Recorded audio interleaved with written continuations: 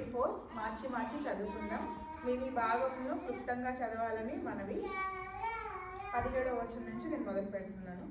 కాబట్టి అన్యజనులు నడుచుకొనట్లు మీరిక మీదట నడుచుకొనవలదని ప్రభువునందు సాక్ష్యమిచ్చుచున్నాను. 18 మీ వచనం. వారైతే అంధకారమైన మనసు గలవారై తమ హృదయ కాఠిన్యం వలన తమలోనున్న అజ్ఞానము చేత దేవుని వలన కలుగు జీవంలో నుండి వేరుపరచబడిన వారై తమ మనసునకు కలిగిన వ్యర్థత అనుసరించి నడుచుకొనుచున్నారు. వారు సిగ్గులేని వారై ఉండి నానా విధమైన అపవిత్రతను అత్యాశతో జరిగించుటకు తమ్మును తామే కాముత్వమునకు అప్పగించుకొనిరి.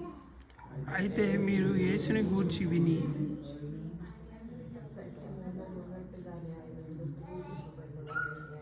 ఎడల మీరు అలాగూ క్రీస్తును నేర్చుకున్నవారు కారు.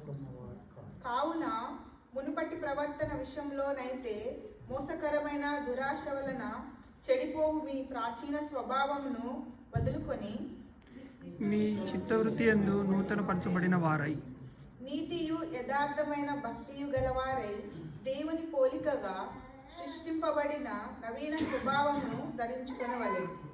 దేవుడి ఈ వాక్యాన్ని తనకిష్టమైన రీతిలో మనందరికీ పంచిపెట్టింది.